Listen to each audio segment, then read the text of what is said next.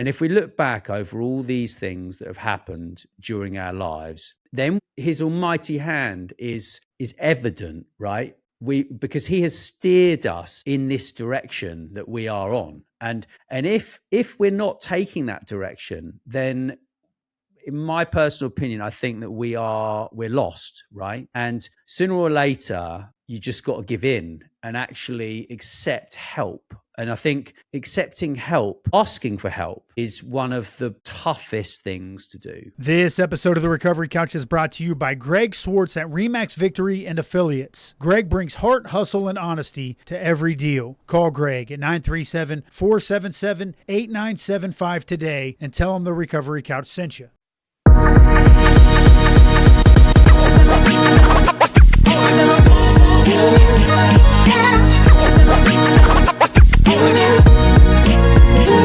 Hey, what's up, guys? Welcome back to The Recovery Couch, where we deliver unapologetic, real, faith-based stories and messages that are covered by the blood of Jesus. This is a space where we speak from the heart without filters, because Psalm 139 verse 4 reminds us that God knows our words before we ever speak them. Romans chapter 5 verse 8 tells us that while we were still sinners, Christ died for us. That's why the Recovery Couch exists, to meet people exactly where they are, because here we believe when you offer someone a space to be real, you're also offering them a space to heal. So excited for our conversation today. I have a good friend of mine who started on a factory floor at age 12. He worked his way from there to IBM Futurist, Authority Architect, engineering success for founders and executives, and he's the co-founder of Monday Influencer. We have on our show Nathaniel Schooler. Nathaniel, how you doing today, brother? Very good, thank you. It's a real pleasure to be on your show. Thank you very much. Yeah, so let's give the audience just a update. So we actually had a recording last week, and it didn't upload, where Nathaniel shared an unbelievable story about his relationship with God and how it came to fruition. Today, we're going to switch gears a little bit, and we're just going to let the Spirit guide this discussion. So I'm going to ask you this, Nathaniel, what's heavy on your heart? Well, I think right now, looking at the sort of state of people's lives and how they are lacking in faith, right? And I think the relationship with God that we have, we don't really understand it until we sort of look back, right? And if we look back over all these things that have happened during our lives, then his almighty hand is evident, right? Because he has steered us in this direction that we are on. And if we're not taking that direction, then in my personal opinion, I think that we're lost, right? And sooner or later, you just got to give in and actually accept help. And I think accepting help, asking for help, is one of the toughest things to do. It really is hard. And that could be anyone asking for help. And I think life is what we make it, right? But also, when you start walking with God, you start living your life praying every day, twice a day or more, right? And focusing on what your purpose in life is, then actually life just becomes way, way easier to deal with. And, a lot of Christians like myself, they talk about like you hand it over to God, right? You hand over these problems in Jesus' name, right? But the fact is, when you're deep in a problem, to hand it over is a really difficult thing to do unless you're praying every day, twice a day, right? And I pray in the morning, I pray in the evening, and it keeps me on a sort of a level of understanding that I'm being listened to and I'm being guided, and all of these problems, right, in my life, because look, right, everyone has problems. This is life, right? But all these problems in my life, they will work out, right? And this morning I had a power cut. Seriously, I swear to you, I'm in rural Croatia. I'm in the middle of the countryside, and some guys were working on the electricity lines this morning. And I didn't know, right? Because you don't know. So I woke up, thankfully I had a coffee, right? I had a really nice, strong coffee.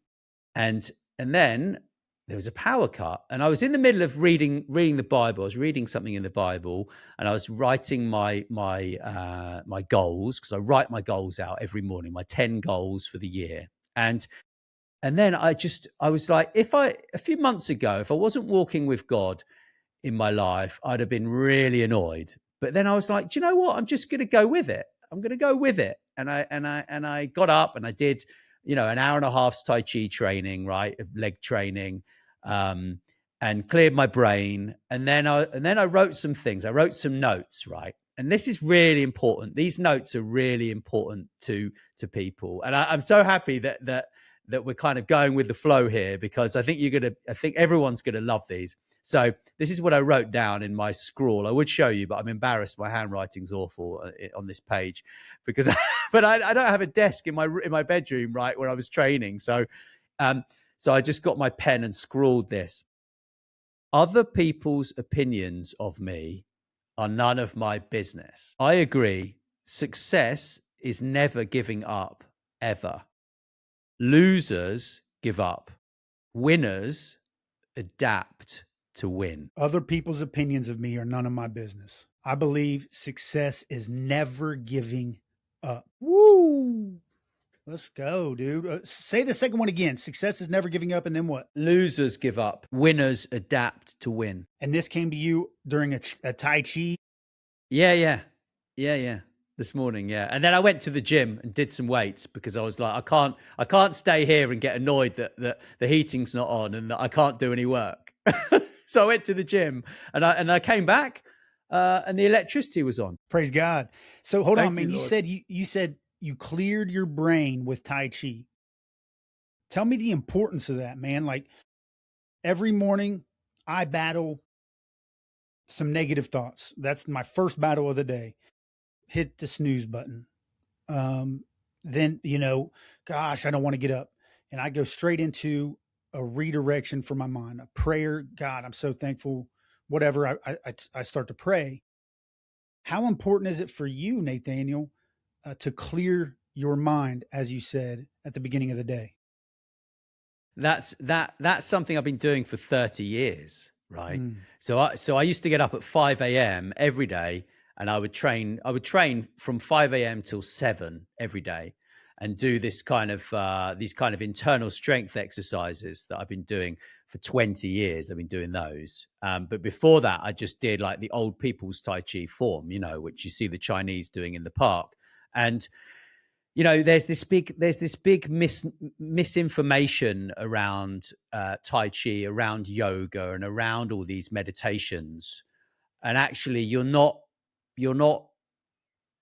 becoming unchristian like if you meditate, right? Meditation is a really important thing to be doing. It's actually crucial. And for me, if I'm meditating and some of these negative thoughts come up whilst I'm meditating, I actually get a pen and a piece of paper and I write them down and I cross them out and I question them, because we all suffer from negative thoughts. We're all clearing our brains from misinformation that has been absorbed through our entire lives. You wouldn't run your iPhone or your Android phone on 10-year-old software, right? Because it would break. But you're running your brain on 20, 30, 40-year-old software. If you've absorbed information from perhaps your parents shouted at you, maybe they hit you, maybe you got bullied, maybe someone told you you're a loser. It doesn't make any difference what it was until you face up to it, until you turn around and go, do you know what? That's not my opinion of who I am. God does not think that I am a loser. God believes in me. God sees brilliance within me, and he wants me to do something for him. And the moment you pick up that fire and you go and do something for God, everything just changes. Everything. What's interesting that we got on this topic, Nathaniel, is this morning, I was out for a jog and I made this short form video that I sent out to all my socials. And I was listening to it as I was driving in to meet with you. And it hit me. Like, hit me. I'm like, I've been operating out of a loser's mindset for a very long time. And I came to the conclusion, and I based this off of some scripture like Joshua 1:9, be bold and courageous. 2 Timothy 1:7, God did not give us a spirit of fear. He gave us a spirit of power, of love, and sound mind. And I'm like, it's okay to be bold. It's okay to be courageous. It's okay to have a lion heart or a brave heart. As a matter of fact, I think men were created to have a lion heart or a brave heart. And so here you go on this podcast, and we're talking about success is never giving up. Losers give up. Winners adapt to win. And these are very manly principles that should be instilled in every man. And sometimes the humility lessons or the humble lessons, I think, confuse us, especially as men, into believing that we're supposed to be timid. So the fact that you brought this up is kind of blowing my mind on this end of the microphone, brother. But do you agree with what I'm saying right now? 100%.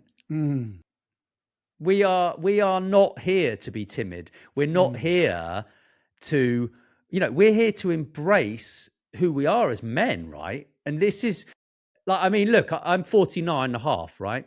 So I'm going to be 50 in July, yeah? And I've been doing Tai Chi 30 years. And I started it originally because I wanted to learn self-defense, which sounds a bit odd because people don't really know Tai Chi as a martial art. And I started that. And I had my own class. I taught my own class, and we used to wrestle and practice martial applications and stuff like this. And over the years, over the last 30 years, I've done probably 5, maybe 6 different martial arts, right?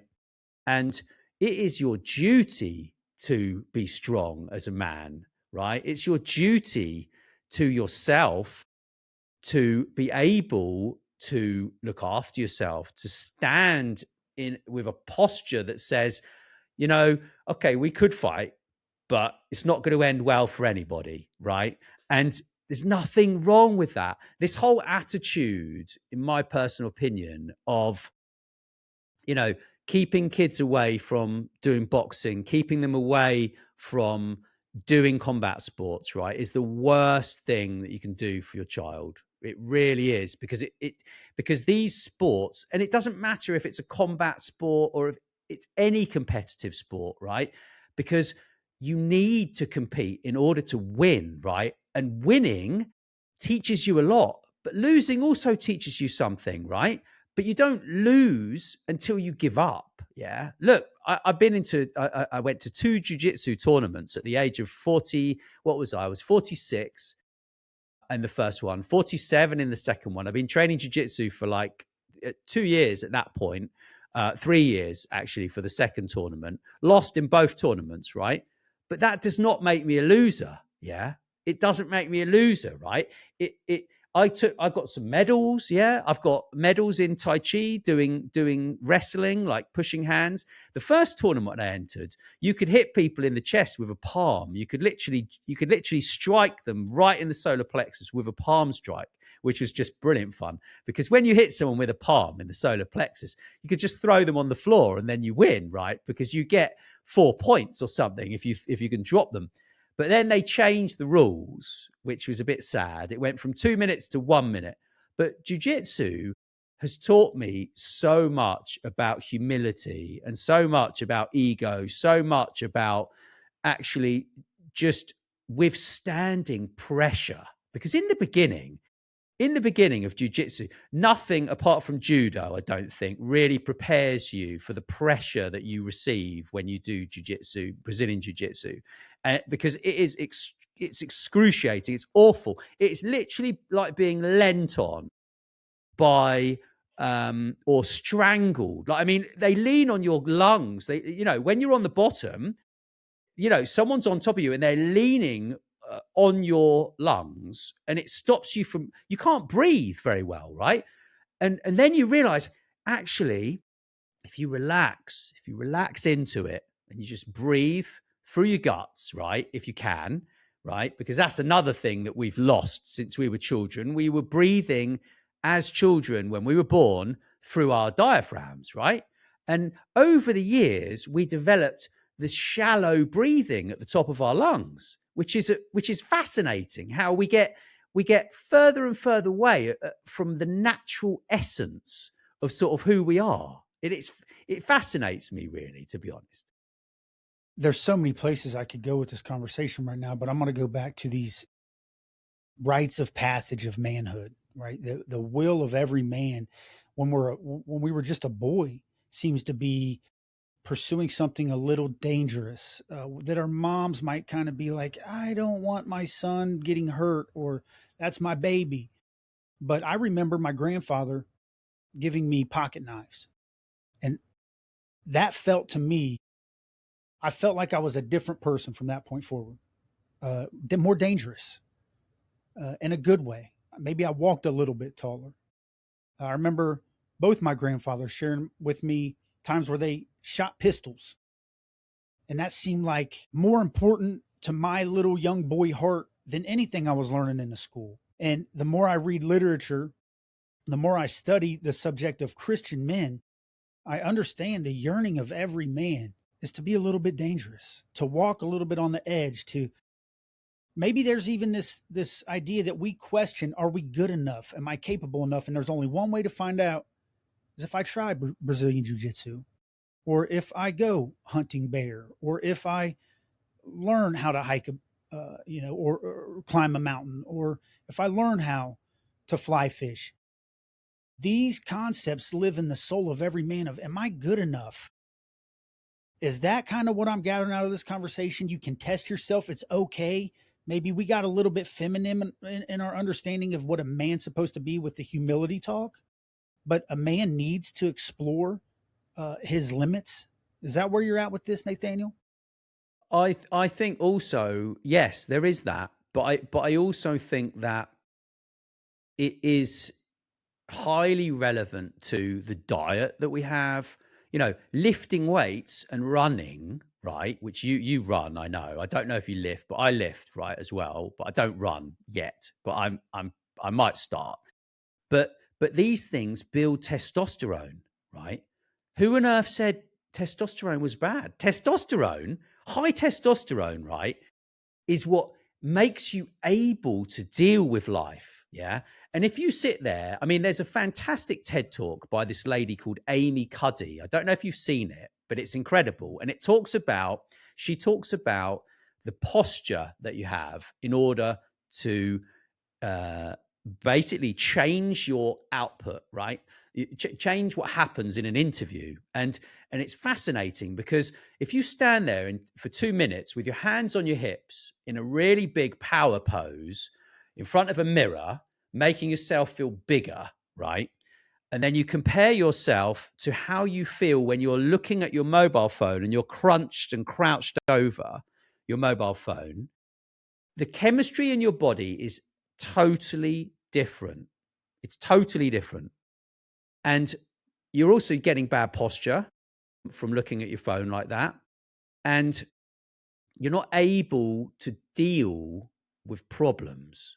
And this is why I think it's important to do things that are hard. What is it scientifically? What is it? Is it cortisol? Is it serotonin? Yeah. Is it? It lowers cortisol and it raises testosterone, right? Especially leg training. If you're doing weight training on your legs, or you're doing, running, right? You're doing some, it doesn't even have to be weights. It can be just yoga poses or Tai Chi postures, or, anything that really is working your leg muscles is boosting testosterone, right? And obviously during your life, when you're a man, you've got less testosterone when you get older, right? So, that's why you get a lot of older men like taking TRT, right? Because actually they're not training very hard. They've got poor diets and they need to take TRT because for many, many reasons, yeah,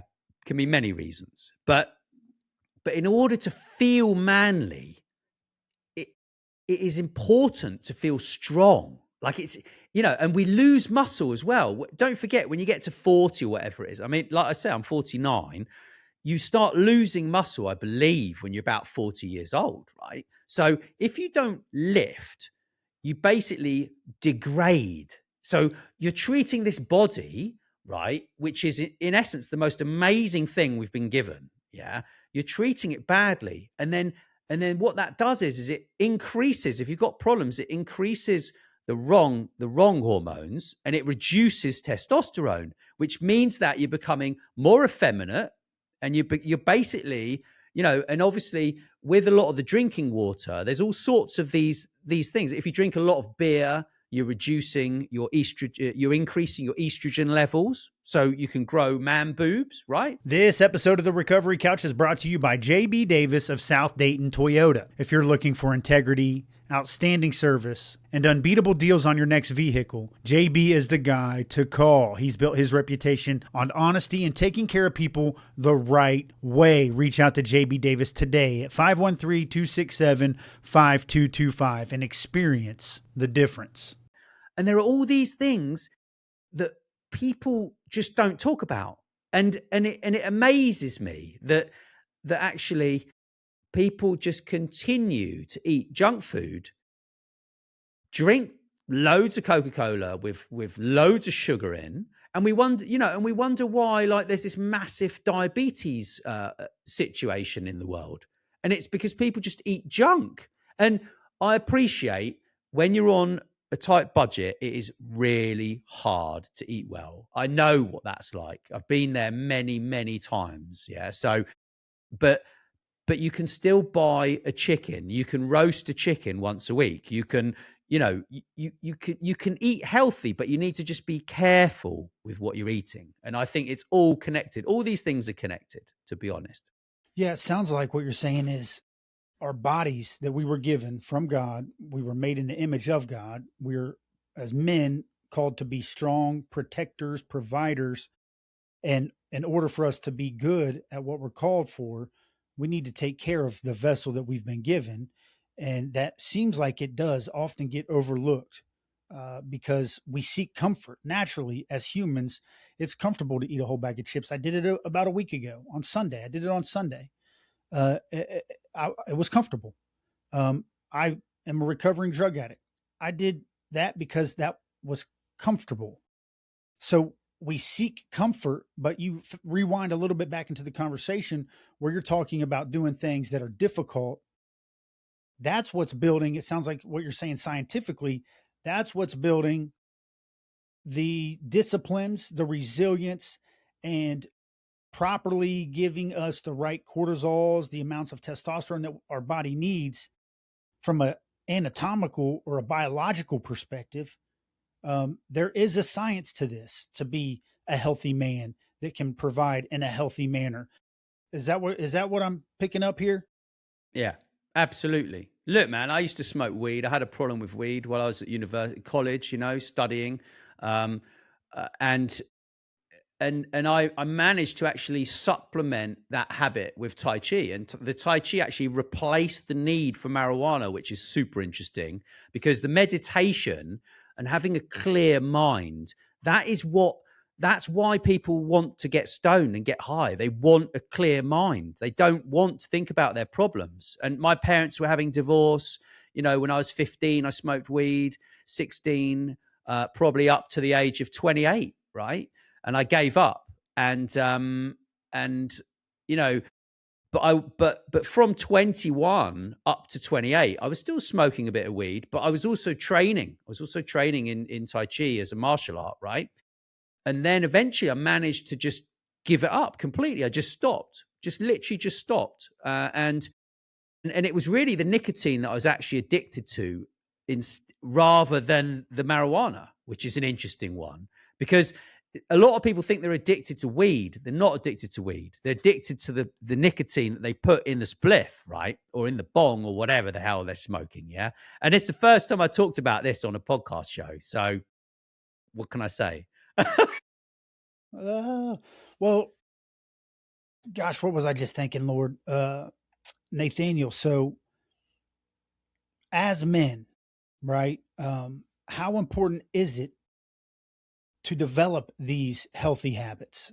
What is going to be different if I choose to seek disciplines as opposed to seeking comfort? That's a really good one. That's a really good question. I mean, I think seeking comfort can be found in many different places, right?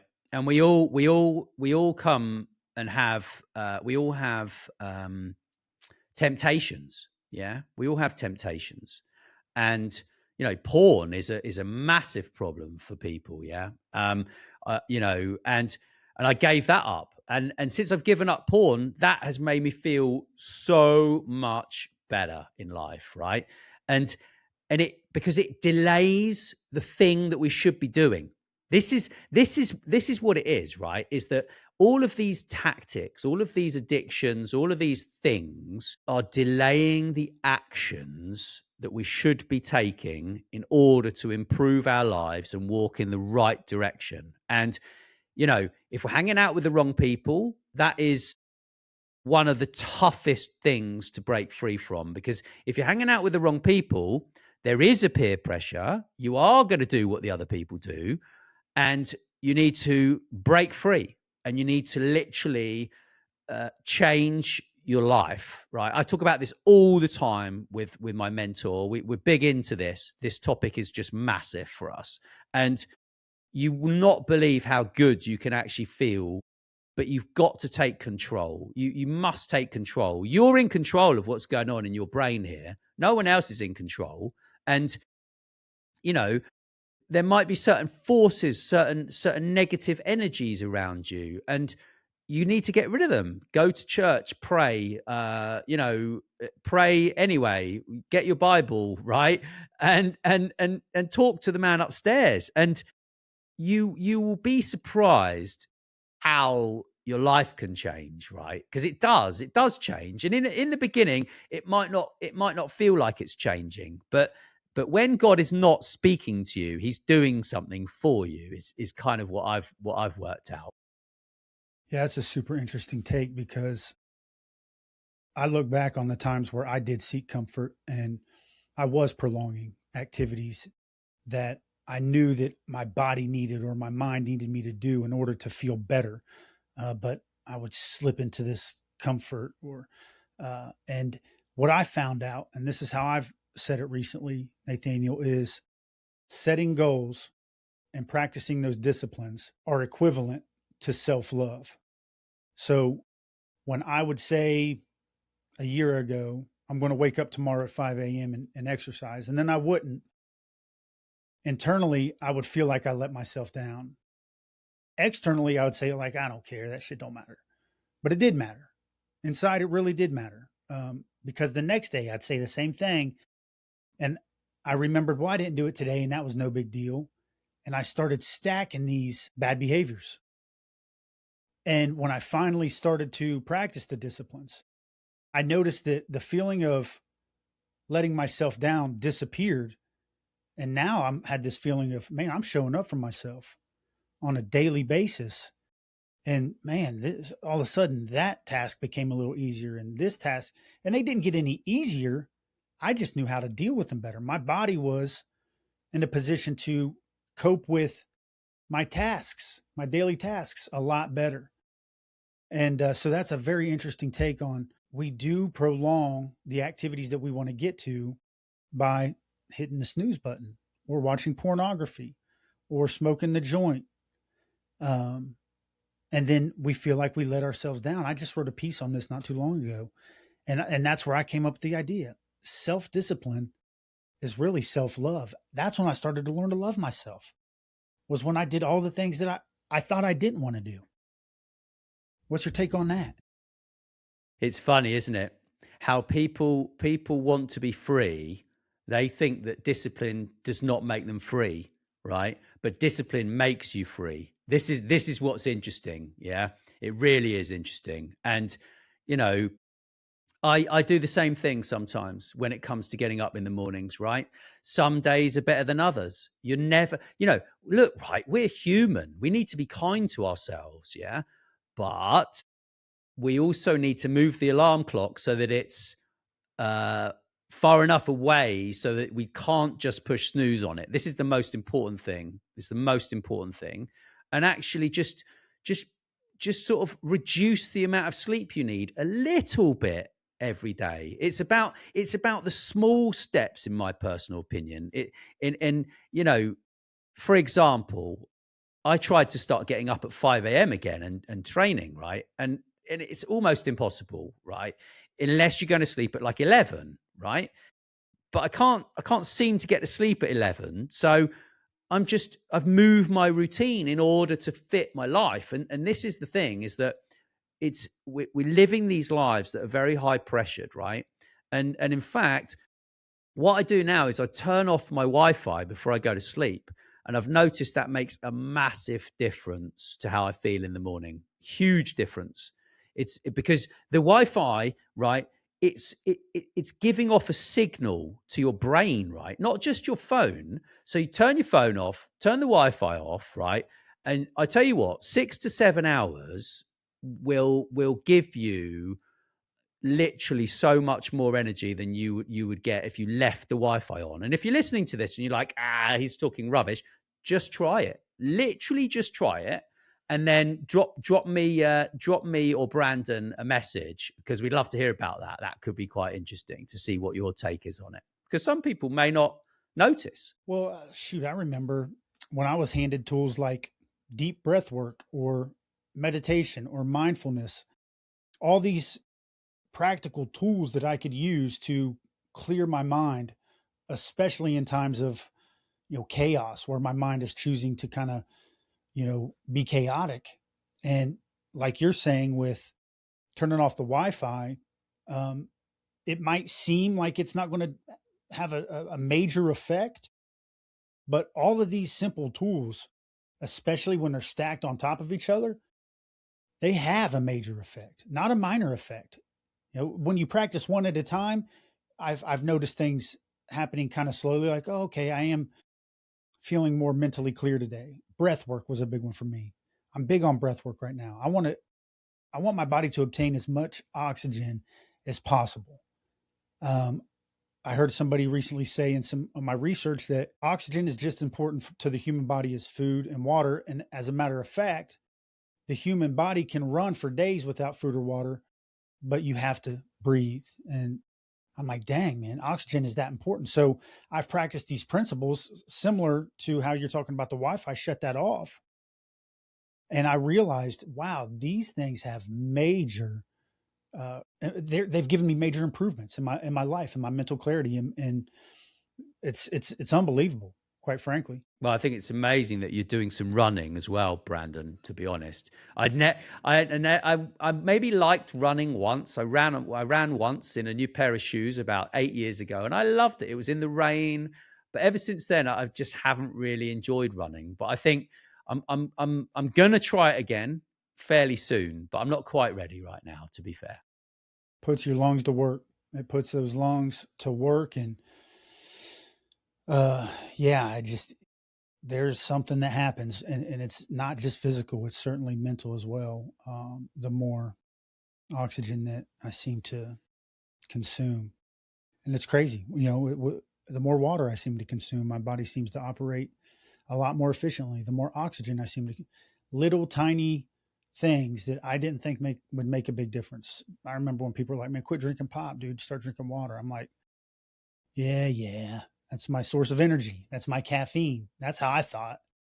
And then when I did it, I'm like, golly, if I eat 2 meals in a row that are rubbish, you like that? If I eat 2 meals in a row that are rubbish, I can feel it. My whole operating systems are different.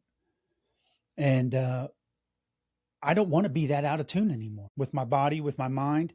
I've also heard, tell me your take on this, Nathaniel. Gut health is the key of your body's health. Have you ever heard that take? I've heard about it, but I think as we get older, we sort of get used to certain foods that agree with us and certain foods that don't, right? And and I think providing we eat the right food, gut health isn't something I've really had a problem with. Occasionally, maybe if I eat like the wrong kind of flour is used, like that multi-grain flour just does not agree with me at all. I'd rather eat white or brown, right? So I think it's just as we get older, we get to learn about ourselves, and then we just, we sort of almost do it subconsciously, really. But like what you said about stacking these things on top of one another is just absolutely spot on, especially when you think about coffee, right? If you just have one coffee as soon as you wake up in the morning, you're going to be tired all day. But if you wait an hour and then you have a coffee, you're going to feel better, right? Which is quite a weird thing. Like there are all these little hacks that I talk about, all the time, right? With my business partner, we write about these in Monday Influencer, and it's just interesting, isn't it? This whole world we live in, and the more information that we have, but you can't.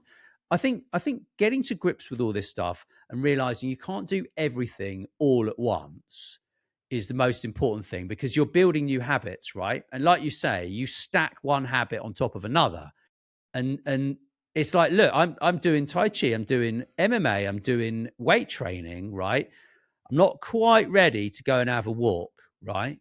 But I want to, and it's on my list. Sometimes I might have a little sneaky walk, but actually I'm doing enough to keep my brain healthy and my body healthy, and stay fit, right? And soon it's going to be sunshine. So then there's going to be the sun, and then I can go swim in the water, right? But if you try and if you're not doing any of these things, and you're like, right, I'm going to go on a full on campaign, I'm going to do BJJ, I'm going to do boxing, I'm going to do this, you're not going to succeed. You're just not, because it just doesn't work like that. So picking one thing, like you say, like maybe fishing, it really doesn't matter what it is, because that specific sport, it becomes your meditation. This is what's interesting, because it distracts you from maybe the downward spiral that you're on if you're in a bad place, and it gives you something to look forward to. And and for me, that's the most important thing, because we can all sit at home, we can all be depressed, we can all pick up that bong or the bottle of whiskey or whatever it is, and we can get high, right? But it delays everything, and then the next day we got to do it because we feel terrible, because we feel awful from the day before, and it's just like, oh, come on, when does it end, right? Is kind of my attitude, if I'm perfectly honest. Yeah, I think that puts a perfect bow on the whole discussion of stacking these small things. Don't try to achieve everything at once. Pick a small goal and obtain that, and that becomes your meditation. That's where you get out of your mind and into a place of honestly spirituality. Maybe you don't even know it, but that's kind of what it is, and you grow. Yeah, I really like that. Yeah, it becomes your meditation. That's really good. So, Nathaniel, let's wrap us up here with one last question. So, let's say there's a man listening to this show and he doesn't practice any of the disciplines we talked about this episode. What kind of advice or encouragement would you give to that man? And where would you tell him to start? I would say start by just walking around the block. Go and walk for 5 minutes. Walk for 5 minutes, drink some water, and do that on the first day. Second day, walk for 5 minutes. Do that for maybe a week. Then the next week, start walking for 10 minutes, and slowly increase what you're doing. You don't have to go fast if you're not very fit and if you do nothing, but you need to pick something that you think, okay, I can do that. If you don't have much money, joining a gym's pointless. It's a waste of money. So just start walking. It's the simplest thing that you can do that will help you. And you don't necessarily need any earphones. If you've got some, maybe listen to something while you're walking. Listen to some sort of classical music, some church music. Sometimes if I get depressed, I listen to American gospel music. I love a bit of gospel music, to be fair. I'm literally just addicted to gospel. And sometimes I listen to it for hours, right? Because it, whatever negativity that's going on, that stuff is just it's gonna clear it right out, if I'm perfectly honest. I love that. Yeah, that's some great encouragement. Honestly, small baby steps, get your blood flowing, uh, move, just get up and move. It's amazing at the way that that will work and making your body and your mind feel better. Awesome, Nathan. Monday Influencer. Tell them a little bit about that, where they can go to find you, and what their next step would be if they want to get involved somehow. Thank you. That's fantastic. Monday Influencer is a world-class strategic digest and educational platform that distills elite thinking into executable strategy for mastering business, career, and life. And you can go to mondayinfluencer.com, and there's a $1 month one trial on there, and then it's $19.95 a month. So it's not ridiculous, but it has so much information, and my business partner and I are really proud of that. And feel free, if you want to visit my website, which is natschooler.com, or you can connect with me on pretty much every social media that there is. I'm kind of relaxed on that. Feel free to kind of connect. I'm happy to help in any way I can. Yeah, such a good man, such a great heart, Nathaniel. Thank you so much for being on the show. I know you guys are going to enjoy everything that he's doing. Go check out Monday Influencer, and just remember that you always have a seat right here on the recovery couch.